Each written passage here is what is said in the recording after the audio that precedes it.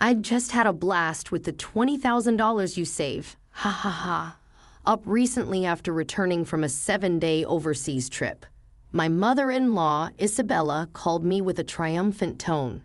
Saved money, $20K. What is she talking about? I have no memory of $20K. As a freelancer, I indeed have some savings for emergencies, but that's just in my bank account. I don't keep such large sums on hand, and my banking card is right here. Normally, no one else could withdraw such a large amount. Anyway, you did give it to me, so I took it from the sideboard drawer. You guys are rich, it's fine. What I don't understand, but it seems you had fun. Thank you.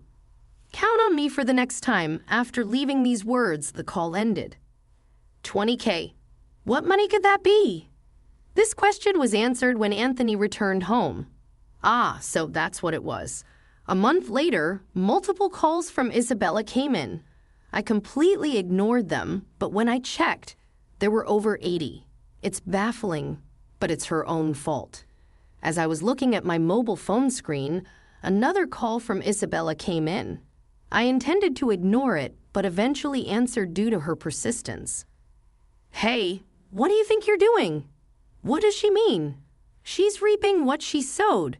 Isabella's shrill voice resounded through the room from the mobile phone speaker. My name is Scarlett. I'm a 32-year-old freelance jewelry designer. I want children, but I'm too busy with work. My husband Anthony is the same age as me. He originally had a corporate job, but now he supports my work as a manager. When we married, my designer work was still sparse, and we relied on Anthony's earnings. But as I approached 30, my work stabilized, and I needed management for my schedule. It looks tough. Can I help with anything? Anthony, in a decent position at his company and expected to advance bravely, quit to become my business partner. With Anthony's management, we now have deals with famous international brands. Even we, as a couple, have our troubles. It's Anthony's mother, Isabella, who lives alone at his family home. Isabella believes we're living a luxurious life and often comes asking for money. You always seem to be living so lavishly. I'm jealous. As a jewelry designer, I'm often invited to new product launch parties or dinners with company executives. For me, it's part of my business activities, part of my job. But to Isabella, it seems like nothing more than leisure for us, and she demands the same lifestyle for herself. I want to throw a party for my friends soon. Can you give me some money for it? Of course, I can afford to give her money, but just because she asks? It might look glamorous, but it's costly, and there are many business obligations I can't refuse. We're not living in luxury.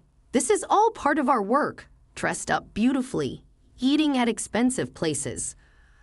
I envy you, she says, with a hint of sarcasm.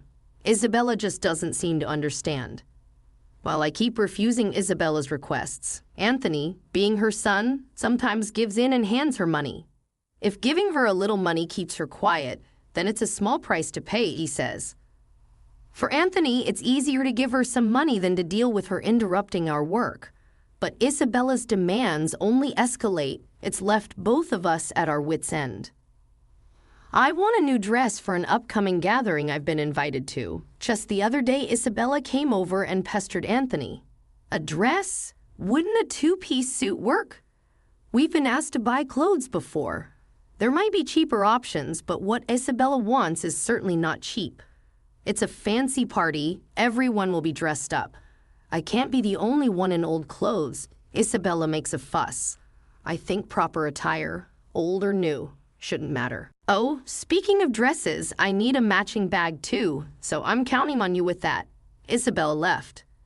Anthony had set up a credit card in Isabella's name because of her frequent money demands, telling her to use it for her expenses. At first, she overspent and got warned by Anthony, but she showed no sign of changing. Anthony asked her to at least report before making big purchases, so she began to tell us what she would buy, but it continued like this. Once she said, I found this beautiful ring and just had to buy it. Sorry for the after-the-fact notice, and the bill was astronomical. If you're going to spend like this, can you return the card? We can't afford to pay it all. The card was in Isabella's name, but Anthony was the one paying the bills. Isabella seemed to think having the card meant she could buy endlessly. A credit card isn't a magic money dispenser. What you spend must be paid for. Since the money wasn't coming directly out of her wallet, Isabella kept using the card. So Anthony decided to put a limit on her card spending. What the heck? I couldn't pay for my shopping the other day. Isabella stormed in, complaining. We're struggling with the payments because of your overspending, so we've lowered your monthly limit. It's still enough, right? Just because you say that, you two are still dressing up and going to fancy places. How is what I'm doing any different? Isabella argued. That's part of our job. If that's a job, then what I'm doing isn't any different. It's unfair that only you two get to have all the fun. The product launches and parties often take place in luxury hotel event halls or restaurants, but our attendance is for work purposes. To Isabella, it seems like we're just dressing up and having fun, still, since putting a limit on her credit card. She seems to have quieted down a bit. Sometimes Isabella comes to our house and seems to complain about something to Anthony, but for a while, life went on without major issues. As the end of the year approached, there was a change in my work.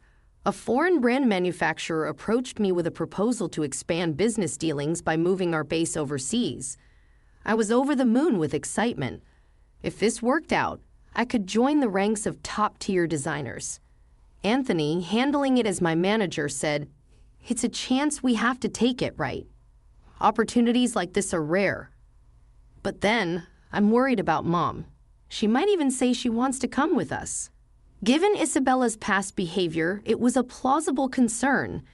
It would be wonderful to live overseas. I want to come too. We told Isabella about it that weekend.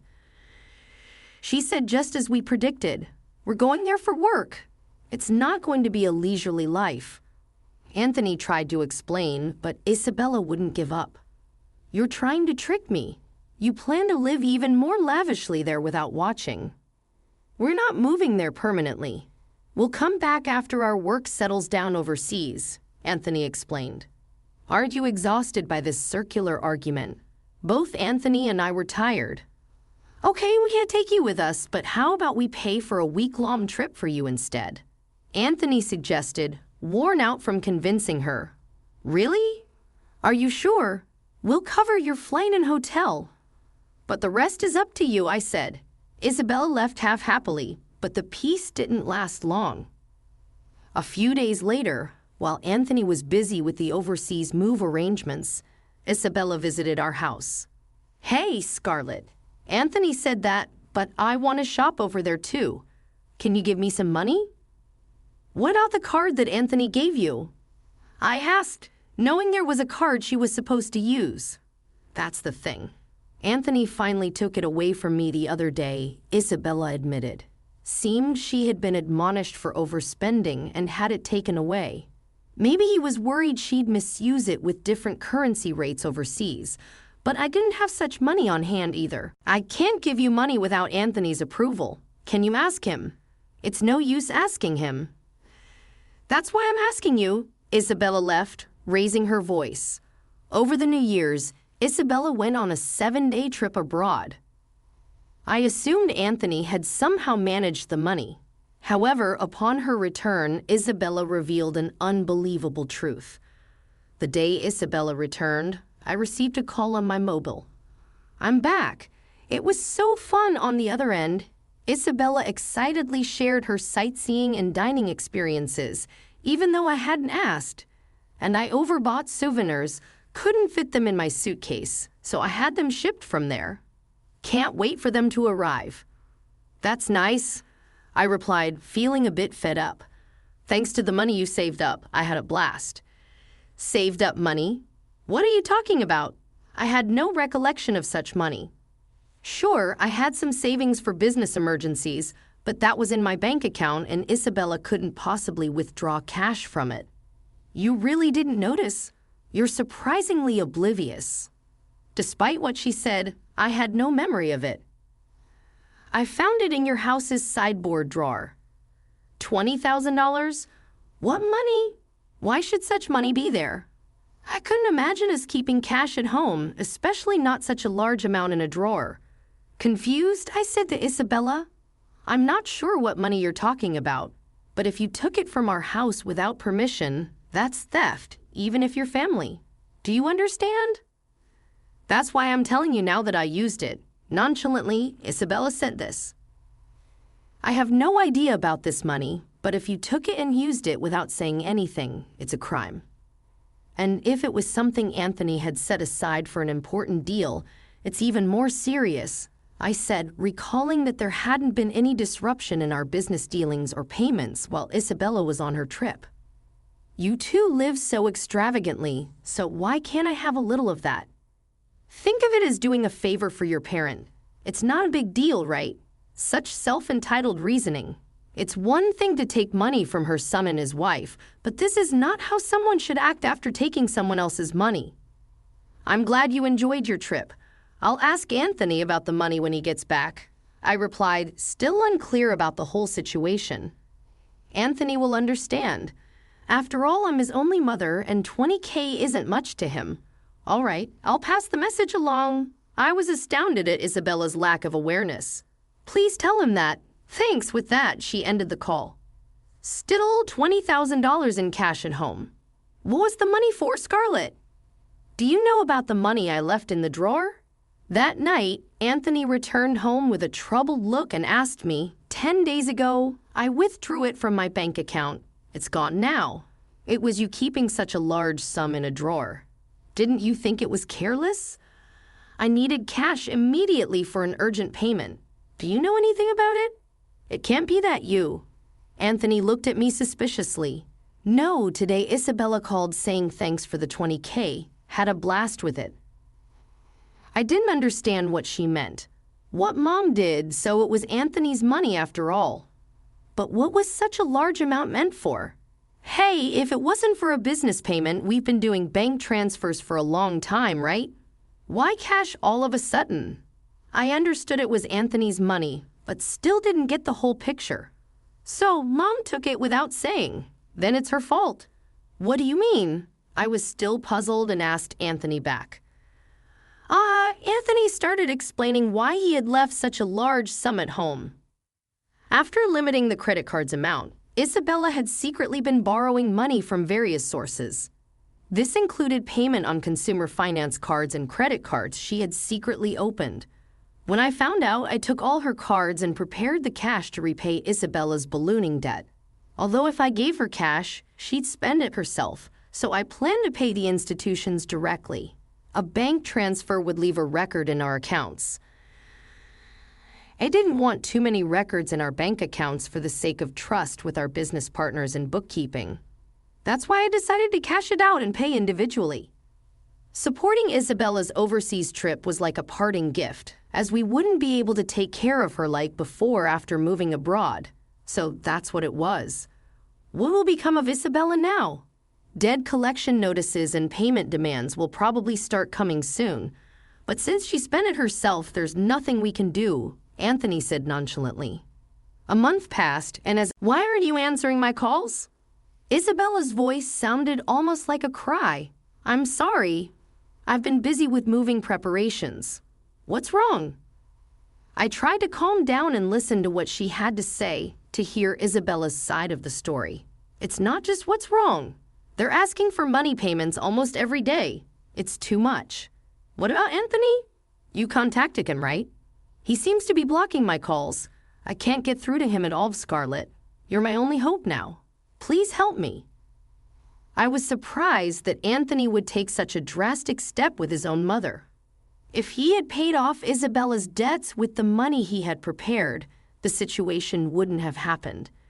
It seems Isabella is now inundated with collections letters from finance companies and consumer lenders.